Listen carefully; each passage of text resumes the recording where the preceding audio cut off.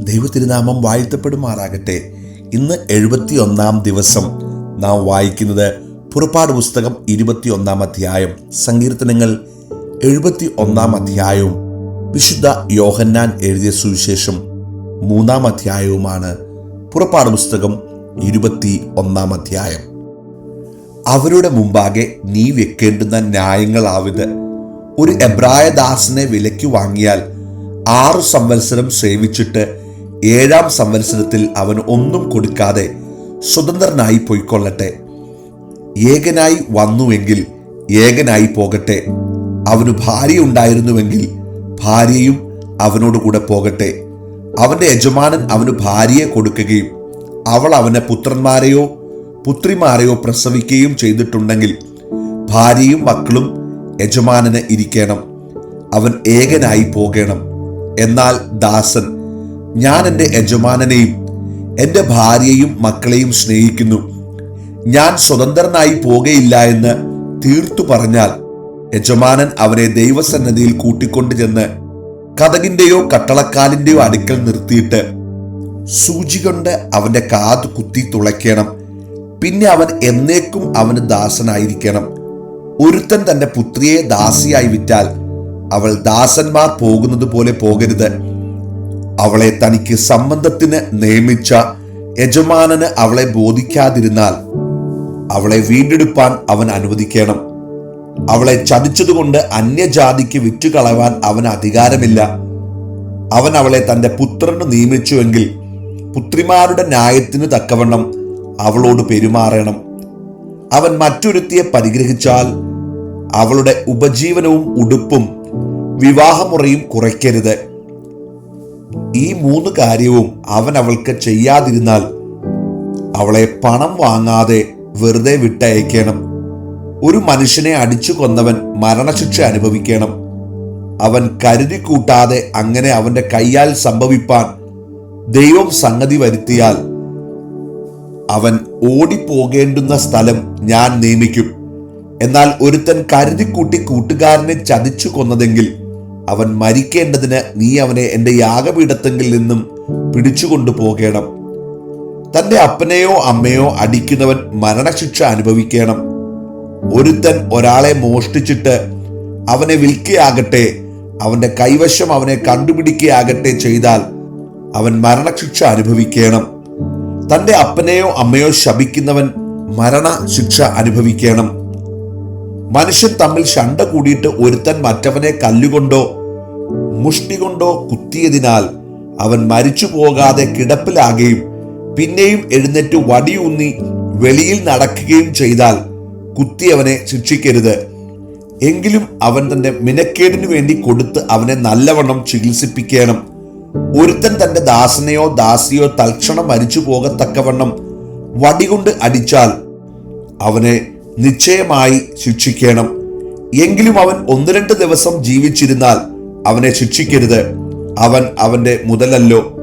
മനുഷ്യർ തമ്മിൽ ശണ്ട കൂടിയിട്ട് ഗർഭിണിയായൊരു സ്ത്രീയെ അടിച്ചതിനാൽ ഗർഭം അലസിയതല്ലാതെ അവൾക്ക് മറ്റൊരു ദോഷവും വന്നില്ലെങ്കിൽ അടിച്ചവൻ ആ സ്ത്രീയുടെ ഭർത്താവ് ചുമത്തുന്ന പിഴ കൊടുക്കണം. ന്യായാധിപന്മാർ വിധിക്കും പോലെ അവൻ കൊടുക്കണം. മറ്റു ദോഷം വന്നിട്ടുണ്ടെങ്കിൽ ജീവന് പകരം ജീവൻ കൊടുക്കണം. കണ്ണിനു പകരം കണ്ണ്, പല്ലിനു പകരം പല്ല്, കൈക്കു പകരം കൈ, കാലിനു പകരം കാൽ, പൊള്ളലിനു പകരം പൊള്ളൽ, മുറിവിനു പകരം മുറിവ്, തിണർപ്പിനു പകരം തിണർപ്പ്. ഒരുത്തൻ അടിച്ച് തന്റെ ദാസന്റെയോ ദാസിയുടെ കണ്ണ് കളഞ്ഞാൽ അവൻ കണ്ണിനു പകരം അവനെ സ്വതന്ത്രനായി വിട്ടയക്കണം. അവൻ തന്റെ ദാസന്റെയോ ദാസിയുടെയോ പല്ല് അടിച്ചു തകർത്താൽ അവൻ പല്ലിനു പകരം അവനെ സ്വതന്ത്രനായി വിട്ടയക്കണം. ഒരു കാള ഒരു പുരുഷനെയോ സ്ത്രീയെയോ കുത്തിക്കൊന്നാൽ ആ കാളയെ കല്ലെറിഞ്ഞു കൊല്ലണം. അതിന്റെ മാംസം തിന്നരുത്. കാളയുടെ ഉടമസ്ഥനോ കുറ്റമില്ലാത്തവൻ. എന്നാൽ ആ കാള മുമ്പേ തന്നെ കുത്തുന്നതായും ഉടമസ്ഥൻ അത് അറിഞ്ഞുമിരിക്കെ അവൻ അതിനെ സൂക്ഷിക്കാതെ കൊണ്ട് അതൊരു പുരുഷനെയോ സ്ത്രീയെയോ കൊന്നുകളഞ്ഞാൽ ആ കാളയെ കല്ലെറിഞ്ഞു കൊല്ലണം. അതിന്റെ ഉടമസ്ഥനും മരണശിക്ഷ അനുഭവിക്കണം. ഉദ്ധാരണ ദ്രവ്യം അവന്റെ മേൽ ചുമത്തിയാൽ തന്റെ ജീവന്റെ വീണ്ടെടുപ്പിനായി തന്റെ മേൽ ചുമത്തിയത് ഒക്കെയും അവൻ കൊടുക്കണം. അതൊരു ബാലനെ കുത്തിയാലും ഒരു ബാലയെ കുത്തിയാലും ഈ ന്യായപ്രകാരം അവനോട് ചെയ്യണം. കാള ഒരു ദാസനെയോ ദാസിയെയോ കുത്തിയാൽ അവൻ അവരുടെ ഉടമസ്ഥന് 30 ശേക്കൽ വെള്ളി കൊടുക്കണം. കാളയെ കൊന്നുകളയുകയും വേണം. ഒരുത്തൻ ഒരു കുഴി തുറന്നു വെക്കുകയോ കുഴി കുഴിച്ച് അതിനെ മൂടാതിരിക്കുകയോ ചെയ്തിട്ട് അതിലൊരു കാളയോ കഴുതയോ വീണാൽ കുഴിയുടെ ഉടമസ്ഥൻ വില കൊടുത്ത് അതിന്റെ യജമാനന് തൃപ്തി വരുത്തണം. എന്നാൽ ചത്തുപോയത് അവനുള്ളതായിരിക്കണം. ഒരുത്തന്റെ കാള മറ്റൊരുത്തന്റെ കാളയെ കുത്തിയിട്ട് അത് ചത്തുപോയാൽ അവർ ജീവനോടിരിക്കുന്ന കാളയെ വിറ്റ് അതിന്റെ വില പകുത്തെടുക്കണം. ചത്തുപോയതിനെയും പകുത്തെടുക്കണം. അല്ലെങ്കിൽ ആ കാള മുമ്പേ തന്നെ കുത്തുന്നത് എന്ന് അറിഞ്ഞിട്ടും ഉടമസ്ഥൻ അതിനെ സൂക്ഷിക്കാതിരുന്നുവെങ്കിൽ അവൻ കാളയ്ക്കു പകരം കാളയെ കൊടുക്കണം. എന്നാൽ ചത്തുപോയത് അവനുള്ളതായിരിക്കണം. 71 സങ്കീർത്തനം. യഹോവേ, ഞാൻ നിന്നിൽ ആശ്രയിക്കുന്നു. ഞാൻ ഒരു നാളും ലജ്ജിച്ചു പോകരുതേ. നിന്റെ നീതി നിമിത്തം എന്നെ ഉദ്ധരിച്ചു വിടുവിക്കണമേ. നിന്റെ ചെവി എങ്കിലേക്ക് ചായ്ച്ച് എന്നെ രക്ഷിക്കണമേ. ഞാൻ എപ്പോഴും വന്നു പാർക്കേണ്ടതിന് നീ എനിക്ക് ഉറപ്പുള്ള പാറയായിരിക്കണമേ. എന്നെ രക്ഷിപ്പാൻ നീ കൽപ്പിച്ചിരിക്കുന്നു. നീ എൻ്റെ പാറയും എൻ്റെ കോട്ടയും ആകുന്നുവല്ലോ. എൻ്റെ ദൈവമേ, ദുഷ്ടന്റെ കയ്യിൽ നിന്നും നീതികേടും ക്രൂരതയും ഉള്ളവന്റെ കയ്യിൽ നിന്നും എന്നെ വിടുവിക്കണമേ.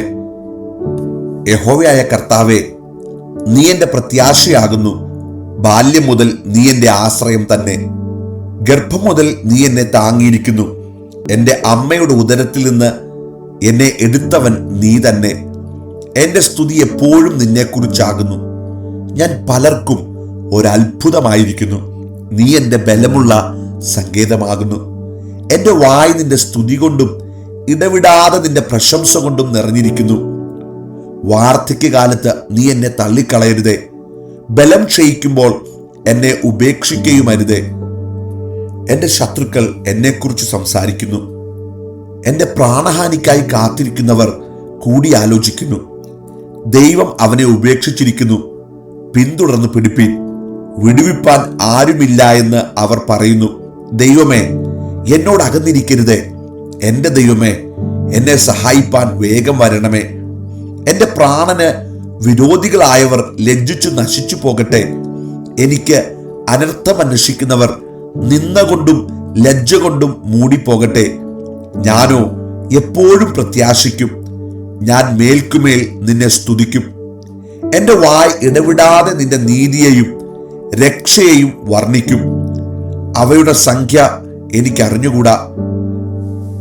ഞാൻ യഹോവയായ കർത്താവിന്റെ വീര്യപ്രവൃത്തികളോട് കൂടെ വരും. നിന്റെ നീതിയെ മാത്രം ഞാൻ കീർത്തിക്കും. ദൈവമേ, എൻ്റെ ബാല്യം മുതൽ നീ എന്നെ ഉപദേശിച്ചിരിക്കുന്നു. ഇന്നുവരെ ഞാൻ നിന്റെ അത്ഭുത പ്രവൃത്തികളെ അറിയിച്ചുമിരിക്കുന്നു. ദൈവമേ, അടുത്ത തലമുറയോട് ഞാൻ നിന്റെ ഭുജത്തെയും വരുവാനുള്ള എല്ലാവരോടും നിന്റെ വീര്യപ്രവൃത്തിയെയും അറിയിക്കുവോളം വാർദ്ധക്യവും നരയുമുള്ള കാലത്തും എന്നെ ഉപേക്ഷിക്കരുതേ. ദൈവമേ, നിന്റെ നീതിയും അത്യുന്നതമായിരിക്കുന്നു. മഹാകാര്യങ്ങളെ പ്രവർത്തിച്ചിട്ടുള്ള ദൈവമേ, നിന്നോട് തുല്യൻ ആരുള്ളൂ? അനവധി കഷ്ടങ്ങളും അനർത്ഥങ്ങളും ഞങ്ങളെ കാണുമാറാക്കിയവനെ, നീ ഞങ്ങളെ വീണ്ടും ജീവിപ്പിക്കും. ഭൂമിയുടെ ആഴങ്ങളിൽ നിന്ന് ഞങ്ങളെ തിരികെ കയറ്റും. നീ എൻ്റെ മഹത്വം വർദ്ധിപ്പിച്ച് എന്നെ വീണ്ടും ആശ്വസിപ്പിക്കണമേ. എൻ്റെ ദൈവമേ, ഞാനും വീണ കൊണ്ട് നിന്നെയും നിന്റെ വിശ്വസ്തതയും സ്തുതിക്കും. ഇസ്രായേലിന്റെ പരിശുദ്ധനായുള്ളവേ, ഞാൻ കിന്നരം കൊണ്ട് നിനക്ക് സ്തുതി പാടും. ഞാൻ നിനക്ക് സ്തുതി പാടുമ്പോൾ എൻ്റെ അധരങ്ങളും നീ വീണ്ടെടുത്ത എൻ്റെ പ്രാണനും ഘോഷിച്ചാനന്ദിക്കും. എൻ്റെ നാവും ഇടവിടാതെ നിന്റെ നീതിയെക്കുറിച്ച് സംസാരിക്കും. എനിക്ക് അനർത്ഥം അന്വേഷിക്കുന്നവർ ലജ്ജിച്ച് ഭ്രമിച്ചു പോയിരിക്കുന്നു. വിശുദ്ധ യോഹന്നാൻ എഴുതിയ സുവിശേഷം 3-ാം അധ്യായം. പരീശന്മാരുടെ കൂട്ടത്തിൽ യഹൂദന്മാരുടെ ഒരു പ്രമാണിയായി നിക്കോദെമോസ് എന്നു പേരുള്ള ഒരു മനുഷ്യനുണ്ടായിരുന്നു. അവൻ രാത്രിയിൽ അവന്റെ അടുക്കൽ വന്ന് അവനോട്, റബി, നീ ദൈവത്തിന്റെ അടുക്കൽ നിന്ന് ഉപദേഷ്ടാവായി വന്നിരിക്കുന്നു എന്ന് ഞങ്ങൾ അറിയുന്നു. ദൈവം തന്നോടുകൂടെ ഇല്ലെങ്കിൽ നീ ചെയ്യുന്ന ഈ അടയാളങ്ങളെ ചെയ്യുവാൻ ആർക്കും കഴിയുകയില്ല എന്ന് പറഞ്ഞു. യേശു അവനോട്, ആമേൻ ആമേൻ, ഞാൻ നിന്നോട് പറയുന്നു, പുതുതായി ജനിച്ചില്ല എങ്കിൽ ദൈവരാജ്യം കാണുവാൻ ആർക്കും കഴിയുകയില്ല എന്ന് ഉത്തരം പറഞ്ഞു. നിക്കോദിമോസ് അവനോട്, മനുഷ്യൻ വൃദ്ധനായ ശേഷം ജനിക്കുന്നത് എങ്ങനെ? രണ്ടാമതും അമ്മയുടെ ഉദരത്തിൽ കടന്ന് ജനിക്കാമോ എന്ന് ചോദിച്ചു. അതിന് യേശു, ആമേൻ ആമേൻ, ഞാൻ നിന്നോട് പറയുന്നു, വെള്ളത്താലും ആത്മാവിനാലും ജനിച്ചില്ല എങ്കിൽ ദൈവരാജ്യത്തിൽ കടപ്പാൻ ആർക്കും കഴിയുകയില്ല. ജഡത്താൽ ജനിച്ചത് ജഡമാകുന്നു, ആത്മാവിനാൽ ജനിച്ചത് ആത്മാവാകുന്നു. നിങ്ങൾ പുതുതായി ജനിക്കണമെന്ന് ഞാൻ നിന്നോട് പറയുകയാൽ ആശ്ചര്യപ്പെടരുത്. കാറ്റ് ഇഷ്ടമുള്ളിടത്ത് ഊതുന്നു, അതിന്റെ ശബ്ദം നീ കേൾക്കുന്നു, എങ്കിലും അത് എവിടെ നിന്ന് വരുന്നു എന്നും എവിടേക്ക് പോകുന്നു എന്നും അറിയുന്നില്ല. ആത്മാവിനാൽ ജനിച്ചവനെല്ലാം അതുപോലെ ആകുന്നു എന്ന് ഉത്തരം പറഞ്ഞു. നിക്കോദിമോസ് അവനോട്, ഇതെങ്ങനെ സംഭവിക്കും എന്ന് ചോദിച്ചു. യേശു അവനോട് ഉത്തരം പറഞ്ഞത്, നീ ഇസ്രായേലിന്റെ ഉപദേഷ്ടാവായിരുന്നിട്ടും ഇത് അറിയുന്നില്ലയോ? ആമേൻ ആമേൻ, ഞാൻ നിന്നോട് പറയുന്നു, ഞങ്ങൾ അറിയുന്നത് പ്രസ്താവിക്കുകയും കണ്ടത് സാക്ഷീകരിക്കുകയും ചെയ്യുന്നു. ഞങ്ങളുടെ സാക്ഷ്യം നിങ്ങൾ കൈക്കൊള്ളുന്നില്ലതാനും.